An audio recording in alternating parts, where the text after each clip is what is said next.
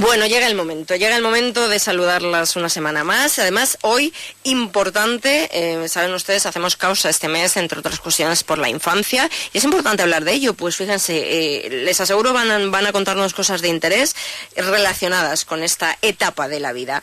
Teresa y Adela Fernández, buenas tardes. Hola, buenas tardes. ¿Qué tal la semana? Desde Muy la bien. última vez, bueno, hace ya 15 días. Bien, ¿no? Pasa rápido el tiempo. Y crecemos muy rápido también, ¿eh? Se nos olvidan muchas cosas de la infancia, pero conviene atender a ciertos aspectos del comportamiento, ¿no? Por ejemplo, ¿es una etapa donde hay que controlar hábitos para que luego no se conviertan en erróneos? Claro, es muy importante en esta etapa enseñar pues hábitos tales como también del tema que nos vamos a centrar hoy, como es el miedo y los malos hábitos que suelen adquirir los niños, como chuparse el dedo, morderse las uñas, balancearse a lo mejor, que pueden llegar a causar problemas y por ello es importante controlarlos. Pero estos hábitos, digamos, claro, cuando uno crece o cuando uno nace, ¿no? Empieza a adquirir hábitos que pueden ser a lo mejor porque seamos espejo de los adoptemos porque los hayamos visto, ¿no? A lo mejor.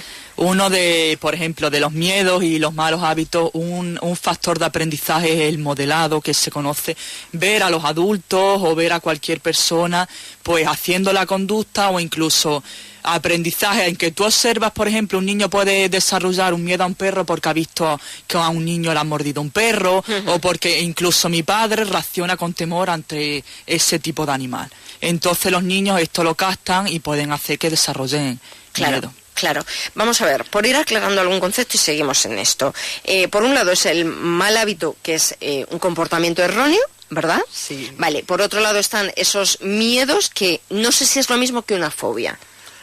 Vamos a ver, los miedos son emociones intensas que se producen ante lo desconocido y lo peligroso. Y de hecho, en la etapa de la infancia hay miedos que son evolutivos. Que desaparecen. Decir, son propios de la edad y conforme los niños vayan creciendo, pues van desapareciendo.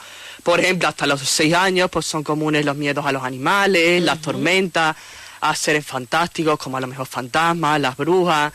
En el primer año los niños suelen tener miedo a los ruidos fuertes, no todos los niños, no se producen todos los niños. Y ya en la adolescencia y a partir de los 12 años pues son más comunes los miedos sociales, aquellos que pueden disminuir la autoestima o puede provocar, digamos, afectar a las relaciones con los demás, como el rechazo, el miedo al ridículo. Bien, miedos evolutivos, es decir, que pueden desaparecer o incluso se pueden transformar, es decir, decíais, miedo a los animales. Esto puede que desaparezca y se convierta en todo lo contrario, en una pasión, a lo mejor por los animales, ¿no? Sí. O lo que decíamos de los personajes y tal, hay gente luego muy amante de esto, ¿no? O sea, que puede evolucionar de una manera o de otra, ¿no? ¿Se puede controlar esa evolución? ¿Es posible? Sí, y la actitud de los padres es muy importante. Vale. Entre otras cosas, por ejemplo, si un niño tiene miedo a los perros o a los gatos, y va con su padre por la calle y el padre, por evitarle al niño un mal rato, coja al niño cada vez que vengan perros, tú le estás transmitiendo al niño que el perro es peligroso. O sea, no fomentarlo, ¿no? Claro. No hacer que vaya a más, sino quizás restarle importancia, ¿no? Claro, lo que pasa es que esto también hay que saberlo de antemano porque nunca quizá actuamos correctamente o no sabemos cómo, ¿no? Quizá a lo mejor si incitamos a que no se le tenga también le estamos provocando el aumento de miedo, ¿no? Por ejemplo, ¿cuántas veces hemos escuchado si no te portas bien te llevo al cuarto oscuro? Sí, muchas veces. Muchísimas veces, y eso es lo que hace fomentar a los niños pues el miedo a la oscuridad. Claro, todo ese tipo de cosas hay que evitar. Hemos aclarado miedo-fobia. ¿Miedo-trauma tampoco es lo mismo? No, el trauma engloba una serie de síntomas, entre ellos el miedo, pero es el miedo muy extremo. Se acompaña de flash, que es recordar episodios acerca de ese trauma, tienen un estado de activación fisiológica muy elevada, pesadillas. El trauma es mucho más allá que el miedo. Claro, bueno...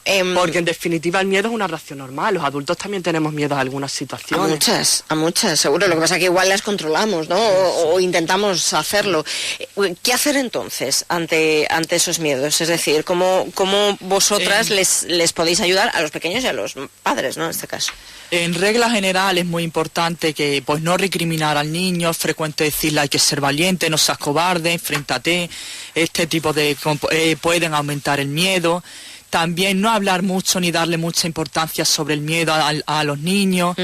ni hablar con ellos delante, pues hay que ver el miedo que tiene, sino intentar razonar con él que el miedo pues no se corresponde con la situación, que no pasa nada.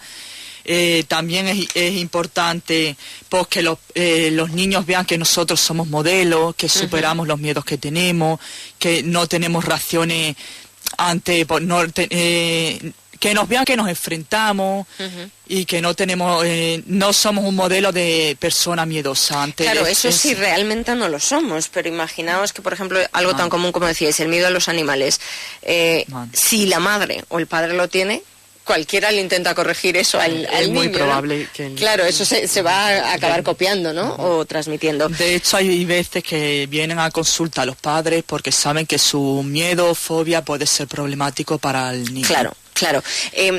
Es un proceso de tratamiento, digamos, constante, que requiere mucho tiempo, mucho trabajo, porque esto no es solamente decir, no tengas miedo, no, hay que trabajarlo, ¿no? ¿De qué manera se trabaja esto? Lo primero que hay que tener en cuenta, que explicarle a una persona lo irracional de su miedo, eso puede ayudarle, pero la única forma de superar el miedo es enfrentarse. ¿No? Entonces, ya cuando sí hay que tratar el miedo, porque ya supone un miedo extremo, una fobia, pues en el caso de los niños, pues explicarle qué es el miedo, ¿no? Explicarle que es una emoción muy fuerte, que no nos deja acercarnos a ello que nos gustaría hacer, porque pensamos que nos va a producir algo malo, pero que una vez que lo hacemos nos damos cuenta que no pasa nada, ¿no? Y también hay que concretar mucho a lo que se tiene miedo. Por ejemplo, los niños a lo mejor que tengan miedo a las tormentas. No es lo mismo que tengan miedo a la luz del relámpago que al sonido fuerte del trueno, al viento fuerte. Eso hay que concretarlo mucho, porque entre otras cosas, para enfrentarse al miedo, el niño se debe decir frases a sí mismo. Y no es lo mismo a lo mejor decirse, este es un viento muy fuerte, pero no va a pasar nada porque aquí nunca hay huracanes, que en el caso de un trueno, pues decirse a sí mismo que solo es un ruido fuerte. Claro. Supongo que también los miedos lo que nos provocan son comportamientos determinados, ¿no? No sé si hay una serie de síntomas que se suceden constantemente ante esa sensación o esa situación que nos provoca ese miedo, ¿no? Los miedos infantiles suelen tener la misma sintomatología que los adultos, pero son mucho como más intensos. Entonces el niño pueden tener síntomas como salir corriendo, llorar, gritar, mostrarse temblar, sudoroso. Como ansiedad, ¿no? También, aceleración cardíaca. Claro. Todo. Claro, eso hay que incluso intentar náuseas y vómitos, Sí, o sea, se puede llegar a provocar todo un cuadro, ¿no? de sintomático. Hay que tener en cuenta esto, y decíamos, por otro lado, los malos hábitos, que no es lo mismo, que estos son como más manías, ¿no? O comportamientos erróneos que se pueden haber adquirido pues por haberlos visto también, ¿no? Sí, las manías, la función que tiene fundamentalmente es que le disminuyen la ansiedad al niño ante situaciones que él ve difíciles o le provocan miedo. Entonces, cuando el niño ve que se relaja y le produce placer, pues entonces hace que se repita. Claro. Y si encima los padres le prestan mucha atención, aunque ellos no sean conscientes, pues esa ansiedad aumenta por el hecho de que los padres le riñan o le presten mucha atención, y entonces el comportamiento aumenta más todavía, se hace más frecuente. Claro, a veces igual los niños han hecho algo en un momento dado que los padres a partir de eso se han hecho eco y ya dicen, no, es que a él le pasa esto, y el niño ya a lo mejor ni le pasa. Lo que pasa es que bastase que haya notado que se le presta atención, ¿no? A lo mejor hay que tener también mucho cuidado con este tipo de cosas, porque incluso los miedos pueden hacer que los niños son muy listos y eviten situación. Claro, usan su miedo como herramienta para evitar situación. Por ejemplo, un niño tiene miedo porque a lo mejor hoy tiene que hacer una exposición en público y puede decir que tiene miedo a la escuela y utilizar ese miedo a la escuela, mi sintomatología de mamá no quiero ir, para evitar esa situación de miedo. Y al final... Con lo cual estamos agravando el problema, porque hemos comentado que la única forma de afrontar el miedo es enfrentándose. Claro. Es de forma gradual. A los niños en consulta se les hace como una escalera que se les va poniendo por la situación de la que tienen menos miedo a la que tienen más miedo. Por ejemplo, si es el caso de un miedo al perro, la primera situación puede ser que vea incluso un perro por la televisión ladrando, y poco a poco el niño se le va enfrentando a las situaciones, primero por la primera, luego la segunda, así se le va premiando, ay, qué valiente eres, me alegro mucho, vas afrontando las situaciones y así hasta, claro, el niño cada vez se va enfrentando a situaciones más problemáticas, porque cuando llega la última, que normalmente suelen ser 10 situaciones, el niño tendrá que estar más cerca y tendrá que estar más tiempo al estímulo temido. Claro. Pero es la única forma de que el niño pues vaya superando el miedo. Y es muy importante que un niño, no pase un escalón sin haber superado completamente el anterior, sin ningún tipo de miedo. Claro, y se les puede a lo mejor premiar si va evolucionando en ese tratamiento, ¿no? En ese proceso, pero que porque siempre un premio motiva, ¿no? Que no sea un engaño tampoco, pero que tampoco lo utilice él como para conseguirlo si no lo ha superado, ¿no? Bueno, es complejo, pero es interesante, y lo que hace sobre todo es necesitar mucha parte psicológica que vosotras controláis.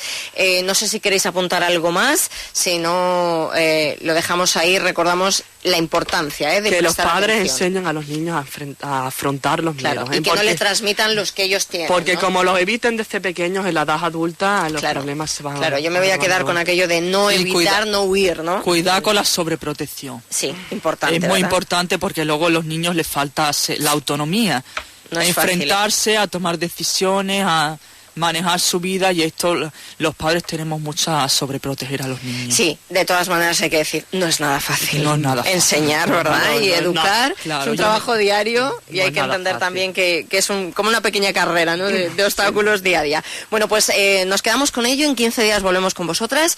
Teresa y Adela, gracias, pero si alguien quiere plantear alguna cuestión, primero, si nos quieren dejar alguna consulta, les recuerdo que lo pueden hacer en Facebook o en Twitter, @sermerida, y os las transmitiremos. Pero si no, para esto y para más información, a través de vuestra web, que es www.teafernandezpsicología.com. ¿Eso es? teafernandezpsicología.com. Y si no, en 15 días más. Pasadlo bien. Gracias. Vale, un abrazo. Gracias.